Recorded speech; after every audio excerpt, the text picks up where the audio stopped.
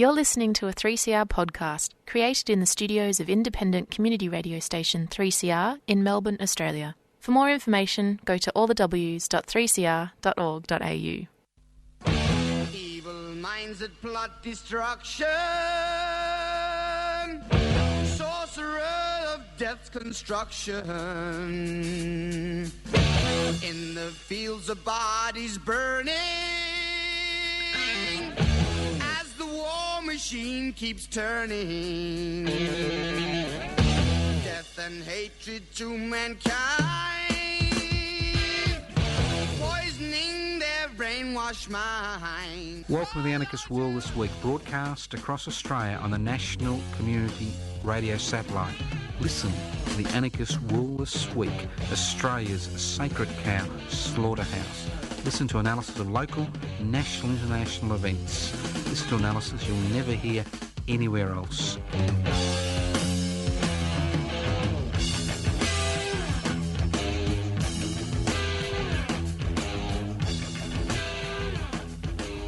Welcome to the Anarchist World This Week.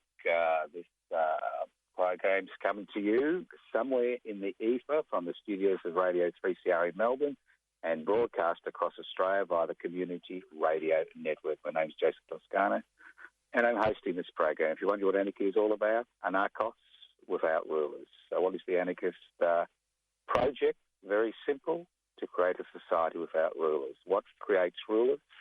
Inequalities in power and wealth. So the struggle to devolve power, that share wealth, and to hold, devolve power, which is to share power and to hold wealth in common, is the central element of the anarchist struggle. So if you're involved in struggle to share wealth and share power, well, whether you like it or not, whether you know it or not, under that definition, you're an anarchist. That's right.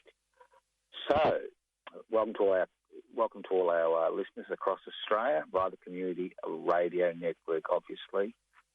We may have a few technical issues as we can't broadcast from the studio. And if the Australian Broadcasting Corporation, the corporate-owned media, has technical issues, it's not unusual for a community radio network that runs on the smell of an oily rag to have technical issues. Hopefully we won't have any, but off we go. Now, I'm interested in how everybody's talking about social and affordable housing. And I never expected the CFMMEU, that's Construction, Forestry, Maritime, Mining and Energy Unions, coming together with their the Employers Association, calling for social and affordable housing. And I'm thinking to myself, now there must be a reason for this. And the reason's very simple. They're running out of work. Now, the construction industry, the mining industry and agriculture have been three of the main industries that have continued to chug along during the COVID-19 crisis, while hospitality, arts and entertainment, restaurants, food, etc. have taken the brunt, recreational industries have taken the brunt of the economic damage. But the dilemma is, with a lack of money, and with current projects running on time or running before time, and they're going to finish the next few months, possibly in the next 6 to 12 months, they'll all be finished. And the fact that the private housing market has gone into a nosedive and will continue to go into a nosedive, as banks kind of, are very wary about lending people money, and not many people have the resources to pay cash, have the money there in reserve. Obviously, the CFMEU understands that their members are going to face unemployment in the next 6 months or so. So, an area which has been highlighted during the COVID-19 crisis is social and affordable housing. Now, I find it extraordinary that a radical union like CFMEU is calling for social and affordable housing, because social and affordable housing, as you know, and as we've said on this program for a number of years, is privately owned housing. It's privately managed and privately owned. And governments across Australia, especially the Victorian government, have been doing everything they can to privatise public housing and transfer public housing, even the title to public housing, into the hands of social and affordable housing associations, which are basically private organisations, whether for-profit or not-for-profit, which are there basically to look after the organisation. So why isn't the CFMEU calling for public housing? I mean, public housing is a state issue. Federal government puts in a fair bit of money into so-called public housing, into homelessness, and also puts money into rent assistance for people who are on social security benefits to assist them to rent in the private rental market. So I would have expected the CFMEU, considering its proud radical past, to be calling for more public housing, to be calling for more government intervention in the housing market, to actually see the expansion of the public housing sector and the creation of new public housing. It's quite extraordinary as far as I'm concerned for them to be, working with the employers and promoting social and affordable housing, which is basically private housing. That's something to think about. Now, during this program, I know you're all bored with COVID-19, and I know you're bored with social isolation. I know you're kind of, looking around to do something. So what I'm going to try to do in this program today is actually look at some other issues which seem to have fallen away. Climate change, climate emergency. Now, climate change and the climate emergency hasn't really gone away, although one unexpected positive consequence of the COVID-19 crisis is the decrease in industrial and production activity, which has actually decreased the amount of CO2 emissions which are being pumped out into the atmosphere. But that's not going to last forever. And as I've said on this program and many other programs over the last few years, is that the climate emergency is not just a matter of increased temperature. And the fact that increased temperature has significant impacts on the human population and has significant impacts on the environment and the animal population. But my major concern is, as we've seen, is with the increasing population growth and the encroachment of the natural environment, that the biggest threat we face is a series of pandemics, not just COVID-19, which is a relatively minor pandemic, especially if people take the government put in the right precautions at the beginning of the pandemic, that you can actually minimise the people damage and the health damage, although you can't minimise the economic damage to a country. But my concern is that this is just the first. It's not a 1-in-100-year event. The Spanish flu in 1919 and COVID-19 crisis in December 1919. Not just a 1-in-100-year event. Increasing temperatures are the type of environment which is required for bacteria and viruses to replicate. And I think the greatest threat we face from climate change is not just the direct impact that CO2 emissions have on human health, but the fact that it changes the climate, it changes the environment, it changes the interaction between human beings and the natural environment. It promotes the growth of viruses and bacteria in the long term, which are more likely to have a immediate impact on the population. I think one thing we need to remember is that the climate emergency has not gone away. It is still there, and it's quite extraordinary in this period that we've seen a lot of companies, especially those in the forestry industry, using the COVID-19 crisis as cover to increase their activity. So this is something we need to keep our eye on. Because there's a COVID-19 crisis, it doesn't mean that everything else has disappeared. Every problem we had before, to a significant degree, is still here with a COVID-19 crisis overlay. Now, I've kept saying over the last few weeks that we are in the honeymoon phase of the COVID-19 crisis. Obviously, it's not a honeymoon if you're one of the 250,000 people that have died in the last 6 weeks from COVID-19. And it's not a honeymoon if you're one of the people who've got sick and now has recovered or still has symptoms, the 3 million that have around the world that have got sick, or the 6,500 people in Australia that have contracted COVID-19. But as far as the economy is concerned, we are in for a huge struggle, because listening to the Federal Treasurer and listening to the information and the little kites that have been flown in the media by the Morrison-led federal government, it's obvious they are going to use this opportunity to ram through the anti-union legislation, which is on the back burner, to ram through legislation to destroy the independence of what's left of the independence of the Fair Work Commission, to deregulate the economy, which is a fancy word, to remove the rules that have protected us, protect working people for so long in this country. So listen to the words, and it's the same message: privatisation, deregulation, corporatisation, globalisation.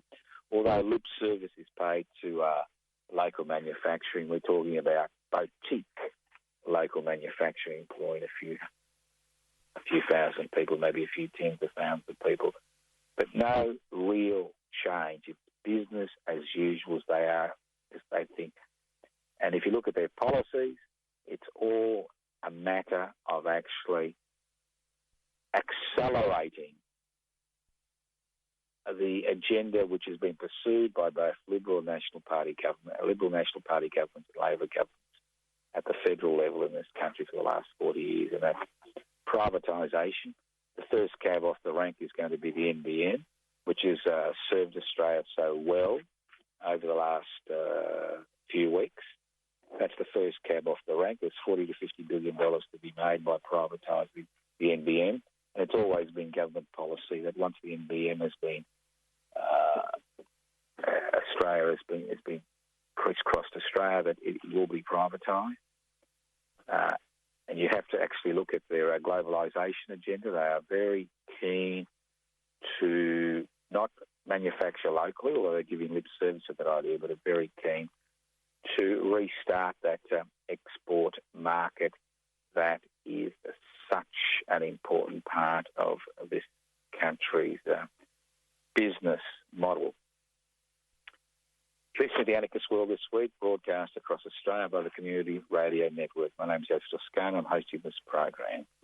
If you want a few interesting websites you want to go to, you can go to my personal Facebook page, Joseph Toscano. You can go to the Public Interest Before Corporate Interest YouTube channel, Public Interest Before Corporate Interest. I attempt to do one YouTube presentation every week. You can go to the Facebook pages, Defend and Extend Public Housing, Everybody's Business. You can go to the Anarchist Media Institute website, anarchistmedia.org, and the list goes on and on. You can always leave messages at 0439 395 489.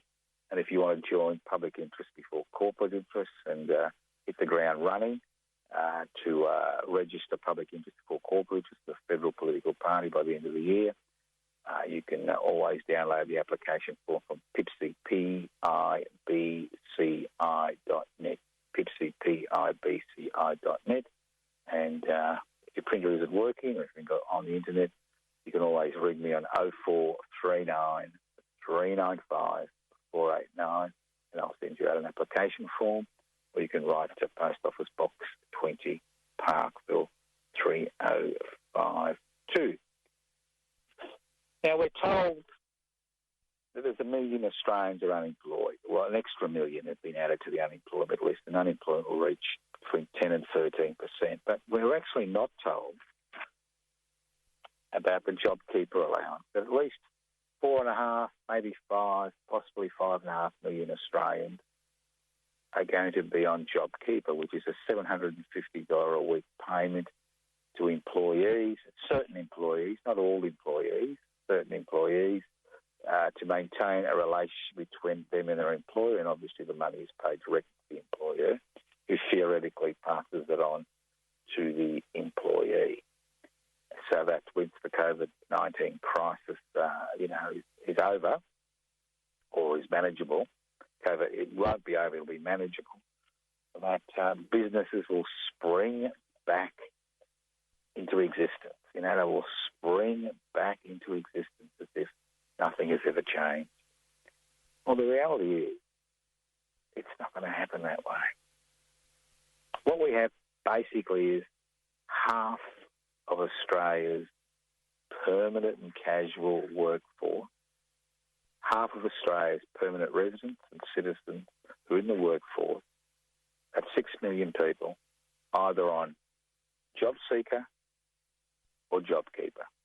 Okay, that's 50%, not 10%, not 13%.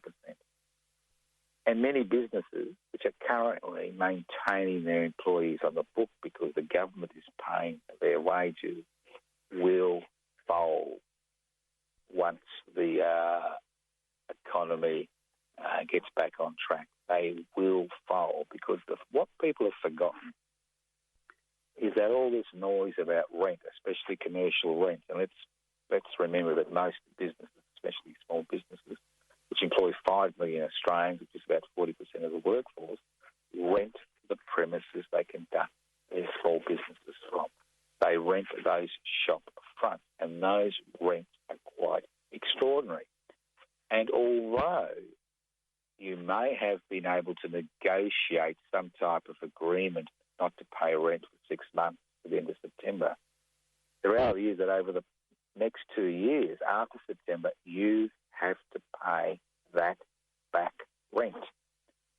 So when a business is faced with the calculations of paying the back rent, paying the current rent, paying their staff, restarting their business, many businesses will decide to close their doors when the job seeker payment ends at the end of September this year. They will close their doors, and then we'll have a real understanding of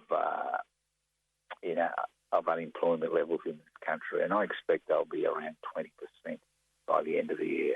Not 5% or 10%, but around 20%, because once the job seeker allowance is terminated, many businesses will close shop, or they may reopen for a short period of time and find people's spending habits have changed. There won't be as much discretionary income. All the deregulation that's in the pipeline and the union-busting measures that are in the legislative pipeline will mean that wages will fall. We've had stagnant wage growth for over a decade, but I'm talking about falling wages. And we may find, and with a high unemployment level, it's quite likely that wages will fall. There won't be as much discretionary income, and a lot of these small businesses will go to the wall, including the people that they employ. So, as I said, the honeymoon phase is nearly over. Okay, while you can, while you're getting that JobKeeper allowance, or if you're lucky enough to get a JobKeeper allowance, or even a job seeker allowance, make hay while you can, because at the end of September, as far as this government is concerned, it's finished. You listen to the Anarchist World this week, broadcast across Australia by the Community Radio Network. My name is Joseph Toscano, and I'm hosting today's program. Now, there have been winners in the COVID-19 crisis. There have been winners. And most of the winners that I've seen are those mega corporations which dominate the virtual skyline. And it's extraordinary to see the number of people who are delivering meals to people around this country, delivering meals on their little bikes, scooters, delivering meals. And so these delivery apps, which have an exceptionally poor reputation as far as their workers are concerned, because their workers, as far as they're concerned, are individual contractors who are responsible for their sick pay, their insurance, their taxes, and the list goes on, are making a killing. They're charging up to 30%. That's right, 30%. Are charging small businesses up to 30% in order to deliver meals. Can you imagine that? Very lucrative. They're doing exceptionally well. Another group that's doing exceptionally well is Facebook, Google, as people are stuck at home, Netflix.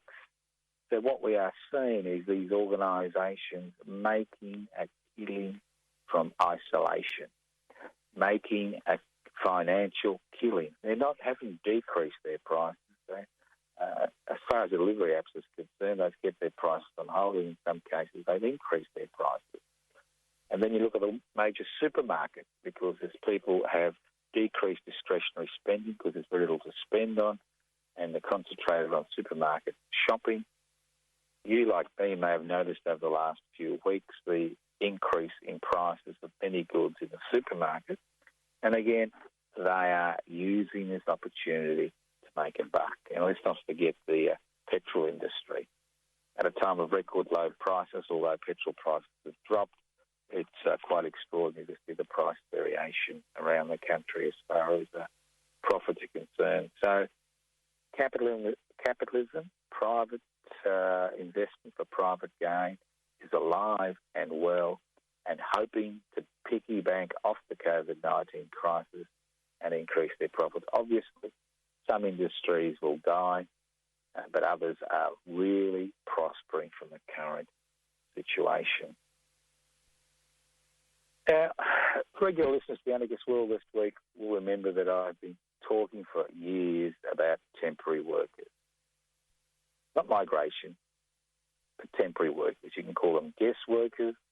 You can call them, there's a multitude of visas. There are about 2 million temporary workers in this country. 2 million, okay? And basically temporary workers are used to fill. They've got a number of uses in Australian society.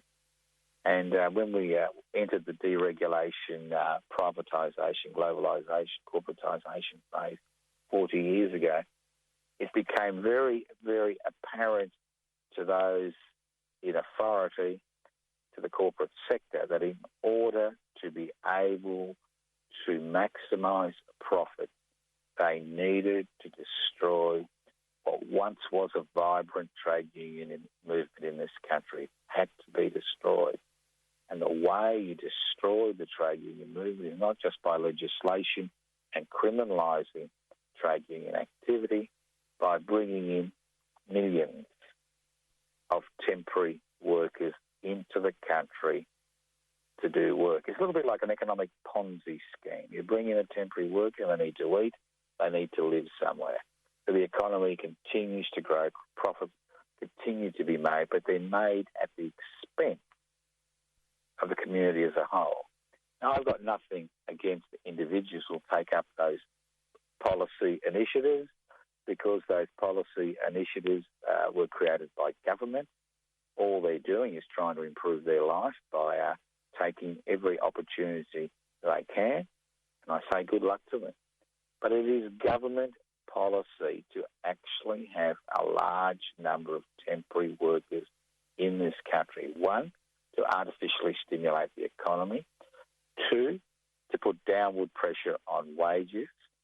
Three, to destroy the trade union movement or collective bargaining in this country. So temporary workers have done that job. And it's quite interesting, the disdain with which government treats temporary workers. Although there are 2 million temporary workers legally in this country and a very small number illegally, but 2 million legally in this country with all the right documentation, the federal government made the decision not to assist these people during this critical stage. They need to pay their rent, they need to pay their school fees, their university fees, they need to eat. So what happens is they're driven into the arms of these delivery apps. They're driven into the arms of the so-called new economy, which is basically the 19th century economy. They're driven into the arms of these people in order to survive. So they're ripe for exploitation, and it's a huge issue. Now, it's interesting that parts of the Australian Labor Party have actually began to see that we need to do something, not necessarily about migration, but about temporary visa holders who are basically brought across, as I said before, for three reasons. One, to put downward pressure on wages and keep wages down, and that's been done very successfully. 2, to destroy trade union membership, because most of these people do not join trade unions. And 3, to actually have a pool of cheap labour which can be exploited. Now, this is nothing new. This type of thing has been happening since Federation, where groups of temporary workers are brought in, their labour exploited and then expelled from the country once their visas run out, although there are mechanisms by which some can become, a small percentage can become permanent residents. So this is a real issue. It is a real issue that's that we need to look at. And let's not forget, it was the Howard government which exploded migration. They exploded migration, and they weren't interested in asylum seekers and refugees, which in my opinion should make the backbone of any migration program to this country. People who need to come to this country to be protected and to build new lives, who make wonderful migrants and wonderful members of the community because they have trouble going back to their original communities. So but what we have been doing is we have been stealing skilled workers from overseas workers that have trained in developing nations are then brought into this country, so we don't have to waste any money training Australian permanent residents or citizens to take up highly skilled jobs. I'll give you an example. Now, I graduated from Queensland University in 1975. I think Queensland had a population of around 2 million in 1975. I graduated as a medical practitioner. Now, we had 180 people graduate after that 6-year study, 180 new doctors for a population of 2 million. In 2010, Queensland, although the population had doubled, the number of doctors that were trained in Queensland were down to 100 every year. Could you imagine that? 100. So the reality is that the shortfall, and we see it with medical staff, nursing staff, paramedical staff, and the list goes on and on, the shortfall has been made by immigration. And the same goes for fruit picking, nursing homes, and again, the common denominator is non-unionised, poorly paid, exploited labour. And that's what this country, economic fortunes have been built on over the last 3 to 4 decades. And I think the COVID-19 crisis does give us an opportunity to re-evaluate that. So let's think about it. It's going to be one of the big talking points over the next few years. And I think it's important that we don't allow the racists to actually dominate that discussion. It's very easy to use racial analogies in this situation, but what we've got to understand is people are here legally, they've got legal visas. This is a government-engineered program in order to maximise profits for their corporate mates. You're listening to the Anarchist World This Week, broadcast across Australia via the Community Radio Network. This program is being broadcast from the EFA outside the studios of Community Radio, somewhere outside the studios of Community Radio 3ECR in Melbourne. If you want to join public interest before corporate interests, and I'd like to thank all those people who have expressed interest in the last few weeks, download the application form from Pipsy, Pibci.net, N-E-T, Pipsy.net. Haven't got a printer? Can't download the form? Give me a ring, 0439 395 489, 0439 395 489. Leave a message and I will get back to you and send you out some application forms. Haven't got a phone? No internet connection where you are? You can always use Australia Post. It'll take about 2 weeks to get a letter delivered from one side of the country to the next, but you can always write to me at Post Office Box 20, Parkville 3052. All right, let's move on. Now, I think maybe we'll move on to something I've been thinking about the last few months, and I've been trying to formulate ideas around it because I'm really interested in the concept of belief. Because what I've noticed is, over the last few decades, especially in the last few years with the growth of the World Wide Web and the so-called democratisation of information, is the rise of groups that are based on very spurious belief systems. And obviously a belief is not a fact. Now, when you look at Mr. Trump and Mr. Pompeo, they're out like liars, okay? They lie. I mean, they don't have a belief system. Their only belief system is their own personal fortunes, right? Whether they get re-elected, whether they make more money. I mean, there's a lot of people in the community that are like them who will lie, look at you in the face and lie to you about facts and figures. Now, what made me think, brought this to the fore over the last few days, was the extraordinary situation that occurred in Victoria about a week ago when the Deputy Public Health Officer, I've forgotten her name unfortunately, sent out a private tweet where she was making some analogies between the COVID-19 crisis and what actually happened with European colonisation in Australia, where pandemic after pandemic after pandemic, measles, smallpox, diphtheria, cholera, all these diseases which are unknown in the New World, in New Holland as it was known then, destroyed the Aboriginal population. And if you're into reading historical accounts, when Hume and Hovell were crossing Victoria looking for pasture for sheep, they commented over and over again about the number of deserted campsites they came across, the number of Indigenous people, First Nations people they came across with smallpox scars on their bodies. And obviously, it's a fact. It's a fact that when colonisation occurs anywhere in the world, it's not about it's the virus, it's the bacteria, which is basically do the work for the coloniser. Very simple. You have a once vibrant population which is reduced to a pitiful remnant, and then it's very easy to deal with them in a military sense. So this deputy medical officer made this analogy, okay? Nothing controversial about it. I thought, well, somebody should make the analogy.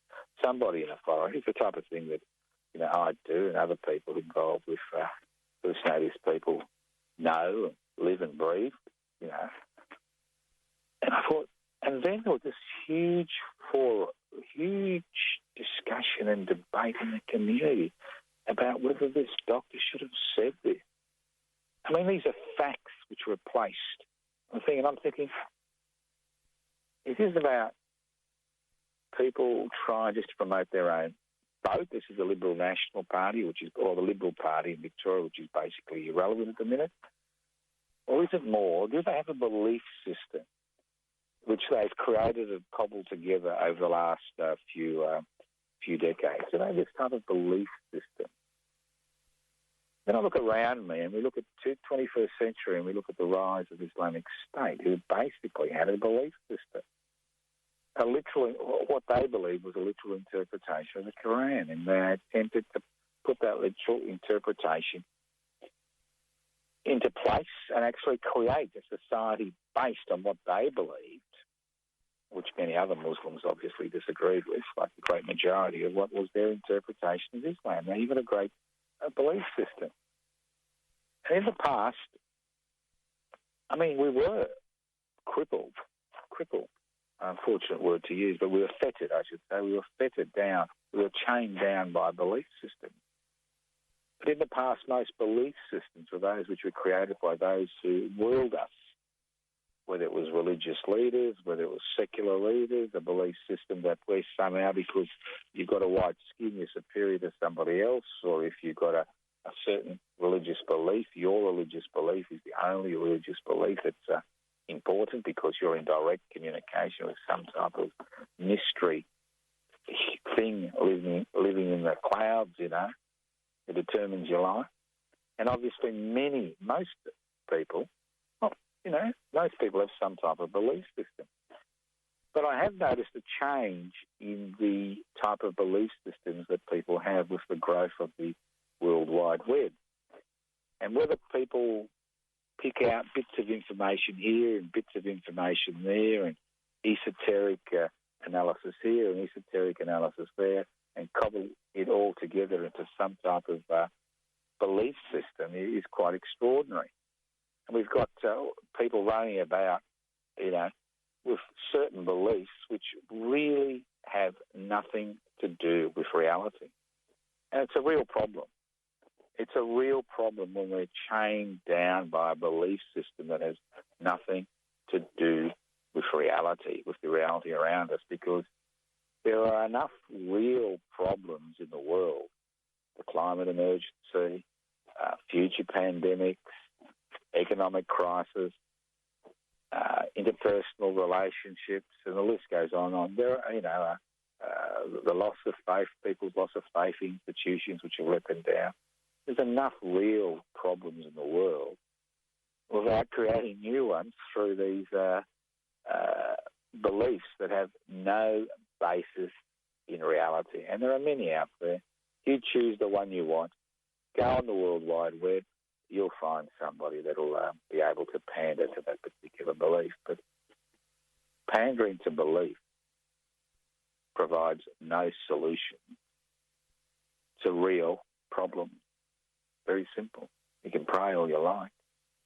It's not going to rain until it wants to rain. Listen to the Anarchist World This Week, broadcast across Australia via the Community Radio Network. Now, I usually very surprised sometimes by the lack of knowledge about the type of political system we have in Australia today. And I want to look at the type of political system we have and spend some time on it, because I think it's important that we actually look at this, because we are a country that has a constitution. And New Zealand doesn't have a constitution, Great Britain doesn't have a constitution, the United States of America has a constitution, although I don't think the President has ever read the Constitution. And I'd be surprised if many of the listeners to the Anarchist World This Week have ever read the Australian Constitution, which is a relatively slim document when you look at it.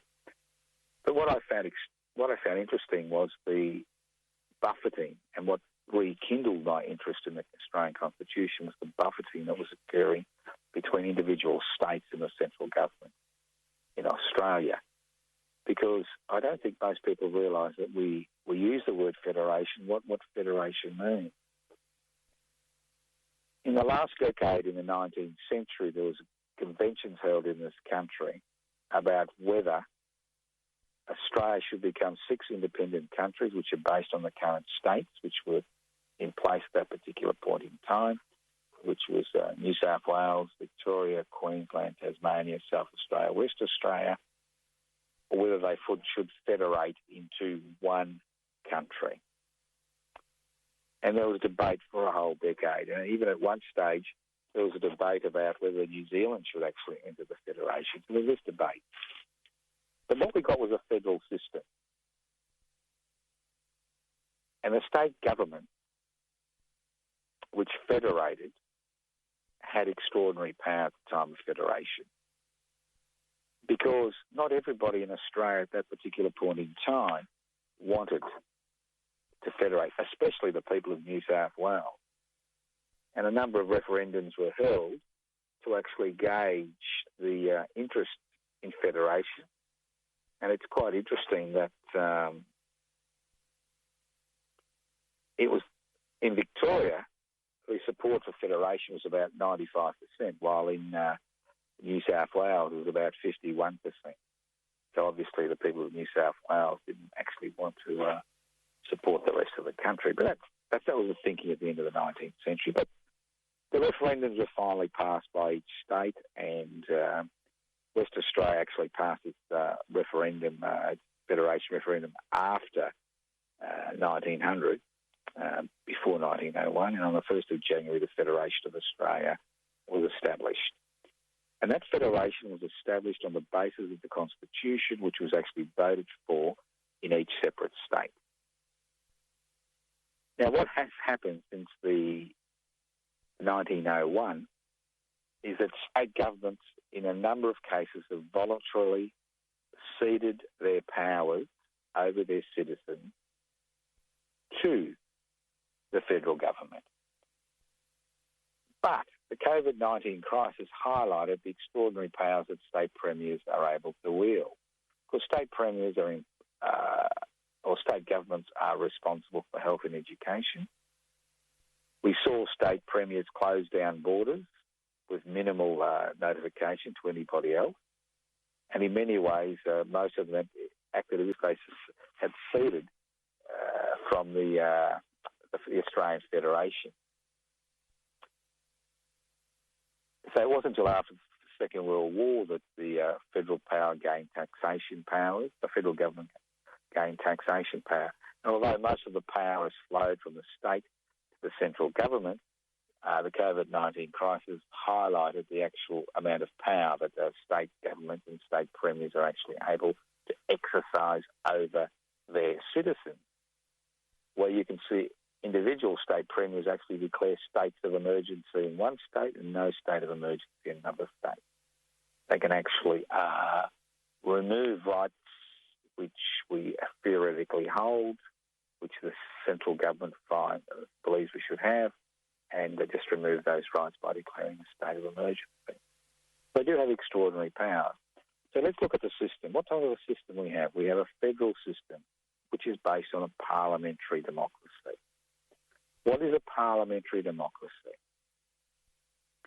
And a parliamentary democracy is a simple thing. It's like you've got a living human being and you've got a two-cell organism. As far as democracy is concerned, parliamentary democracy is basically a two-cell organism. Direct democracy is the living human being. So the concept of parliamentary democracy is that people, every 3 to 4 years, depending whether it's a state or federal election, vote in representatives to make decisions for them over a fixed period of time. And we've seen governments make decisions which is basically close down the country in order to protect the citizens, residents and visa holders who are in this country at a particular point in time.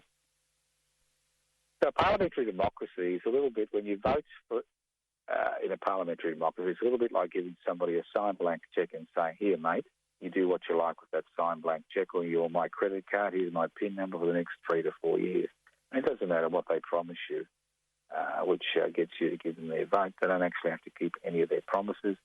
The next time they're called to account is when the next election is held. That's a parliamentary democracy. It's a very rudimentary democracy, and that's the type of democracy we have. Now, the people who created the initial constitution wanted a mechanism by which the Australian people could actually have an impact on the constitution, how they as a people could actually change the constitution. And there are two things. One, they created a high court of 7 judges, I think it was 5 initially, 7 high court judges, whose responsibility is to interpret the constitution. And we saw them get into knots regarding people having a right to a foreign citizenship a few years ago when we went through that so-called drama. You could be born in this country, but as far as standing in for Parliament and being a representative, you couldn't stand. Just extraordinary. But that's with the Australian Constitution. So you've got the High Court, and then the High Court, you've got 2 types of judges. You've got what are called activist judges who play around with the words, and you've got black letter judiciary, which basically give you a literal translation. It's a little bit like people looking at the Bible or the Quran or whatever, and there are those that have a literal translation and those who take into account current situation. So we saw the High Court about 20 years ago find an implied right to freedom of speech, but only a limited implied right during election campaigns, because there was no freedom of speech. There were no rights incorporated into the Australian Constitution because the founding fathers, and there were founding fathers, decided that rights were not the type of thing that Australian citizens should have. Well, let's get back to the concept of how you change the Constitution. Well, you can change the Constitution for a revolution and tear it up. That's not going to happen soon. It's not something that's on the horizon in this country. It may be on the horizon in Lebanon, where they've got extraordinary economic difficulty, extraordinary, which they're going through. But at the current stage in Australia, it's not a proposition. So how do you change the Australian Constitution? Well, over the last 121 years, the Australian Constitution has only been changed 8 times. Although there's been over, I think, 41 referendums put to the Australian people, and it's only been changed 8 times. The only way you can put a question to the Australian people is by the majority in both houses of Parliament passing legislation which outlines the words which we put to the people in a referendum. So you need a majority in both houses of Parliament. There is a way out. If the upper house continues to block the call for a referendum from the lower house, the Governor-General has actually got the power to put the referendum to the Australian people. Now, in order to ensure there are minimal changes in a referendum, you need a majority of electors in a majority of states to support the proposal for that proposal to be incorporated in the Australian Constitution. So we've got the ridiculous situation where parliamentarians who do not want to cede their power to the Australian people through citizen-initiated referendum never put up ideas in a referendum that are meaningful for the Australian people to look at and make a decision on. Now, you don't need a revolutionary society to have a democratic system. In Switzerland, I think it's about, I'm not sure the percentage, there's a small percentage of the population signs a petition in a limited period of time. If they want a question put to the Swiss people, that question has to be put to the Swiss people. That's called a citizen-initiated referendum. And a lot of people say, they're not good because obviously rich people dominate the debate and have all the money to push an idea one way or another.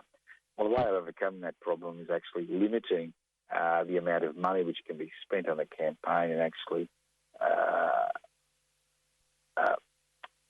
denying private donations and just giving a fixed income to each side of the question to actually debate that particular point. So in Australia, changes to the Constitution are very, very hard to achieve. And most of the major changes to the Australian Constitution, or most of the major changes that have occurred in this country have been through judicial activism, as occurred in 1992 with the Mabo High Court decision, which highlighted first Australians, Indigenous Australians, both Aboriginal and Torres Strait Islanders, had rights to land in law that had not been ceded in many cases to colonising authority. So the dilemma with the High Court and judicial activism is that the High Court judges are actually appointed by the government of the day, and they're appointed for life whilst at the age of 70 when they're forced to retire at the age of 70. Although in the past they were appointed for life, they have to retire now at 70. So when a High Court vacancy becomes available, obviously the government of the day is going to appoint somebody who they think supports their narrow agenda. So as far as constitutional changes occurring in Australian society, it's minimal unless there is a lot of pushing and shoving for change. Now, a lot of people say, the Whitlam Labor government, very radical government, as if the Whitlam-led Labor government was a government that lived in a vacuum. The reason the Whitlam-led Labor government was such a progressive government, it made huge social reforms like introduction of Medibank, which is now Medicare, a universal health insurance system, the provision of pensions for single parents, the provision of legal aid, the provision of no-cost divorce, no-fault divorce, and the list goes on and on. The provision of community radio stations. You would not be listening to a community radio station today. You would not have a community radio network without the reforms which were made by the Whitlam-led Labor government. The whole purpose of creating a network of community radio stations across the country was to provide, before the establishment of the World Wide Web, provide a third tier of information distribution and discussion to the population. Apart from the government-gilded ABC and the corporate-owned media, there was no internet, there was no Facebook, there was no Google, there was no search engine. And so the creation of a network of community radio stations, the financing of these community radio stations, was seen as a mechanism by which to break the monopoly which the corporate-owned media held on people. Now, all these changes didn't occur by themselves. They occurred through debate, pushing and pulling and demonstrations which pushed the Labor Party agenda into a more radical direction after 25 years of fossilised Liberal National Party rule. It was the people themselves, through demonstration, through activism, who changed the policies of the ALP, which forced the government of the day to introduce a more radical agenda. And the thing that's missing in 21st century Australia, which is quite saddening, is the fact that grand ideas no longer exist. Now, obviously, there was a lot of issue-orientated politics in this country, and we've seen that with gay marriage, we've seen that with climate emergency, seen that with the environment, but there are no specific organisations in this country today, political organisations, which are pushing a reform, revolutionary agenda, but more of a reform agenda to radically change society. And this is the perfect time for that. Now, the COVID-19 crisis highlighted how delicate the balance is in this country, how a little virus can actually bring the country to a halt. The fact that there is no real protection for individuals. And the big debating point we should be having is not more deregulation, not more privatisation, not more corporatisation, not more globalisation. But the big debate we should be having is universal basic income to act as a cushion to protect each and every Australian resident and citizen from a future disaster, whether it's a war, whether it's a pandemic, whether it's an economic downturn, and how to fund that. And ideas that we've been floating, that's from public interest before corporate interest for some time, is a 1% stock market turnover tax and a 1% financial turnover tax, which would raise enough money to provide a basic universal income for every Australian. And those Australians who continue to earn, obviously, money, who don't need it, it's clawed back through the taxation system. We've seen the JobKeeper allowance being clawed back through the taxation system. We can do the same thing for universal basic income. So if you are interested in radical reform, I encourage you to join public interest before corporate interest. And I keep banging on this pot. I've been banging on this spot for a number of years now. The dilemma is very simple. When we have 550 people on the Australian electoral roll who have joined, we can apply for membership. And for example, Eden Monaro election, by-election, very important federal by-election. We could have actually put a candidate in that federal by-election if we had been a registered political party. Very simple. We could do it very simply. Any by-election across the country. So if you are interested in radical reform, if you're interested in universal basic income, if you're interested in reconciliation and justice, if you're interested in increasing the public sector, well, now's the time to consider joining public interest before corporate interest. You can download the application form by going to pibci.net, pibci.net. You can write to me at Post Office Box 20, Parkville 3052. You can go to my Facebook page, Joseph Toscano. Go to the YouTube channel, Public Interest Before Corporate Interest. You can go to the Anarchist Media Institute, anarchistmedia.org webpage. You can go to the Facebook page, Defend and Extend Public Housing, everybody's business. And the list goes on and on. But remember, you've got two choices. You can isolate yourself from the political process for the rest of your life and nothing will change. Or you can break out of that isolation, use the COVID-19 crisis as an excuse to break out of that political isolation, join us and become part of a growing movement to change radically this society. Because if you want your children and your grandchildren and any future generation to have a decent life, now is the time to get involved. Thank you once again for listening to the Anarchist World this week on your local community radio station. You can always leave messages. Minds that plot destruction, sorcerer of death's construction. An analysis you'll never hear anywhere else. Anarchist World this week. Australia's sacred cow slaughterhouse. 10 a.m. every Wednesday. Listen to the Anarchist World this week for an up-to-date analysis of local, national and international events. Poisoning their brainwashed minds. Oh, Lord, yeah. You've been listening to a 3CR podcast produced in the studios of independent community radio station 3CR in Melbourne, Australia. For more information, go to allthews.3cr.org.au.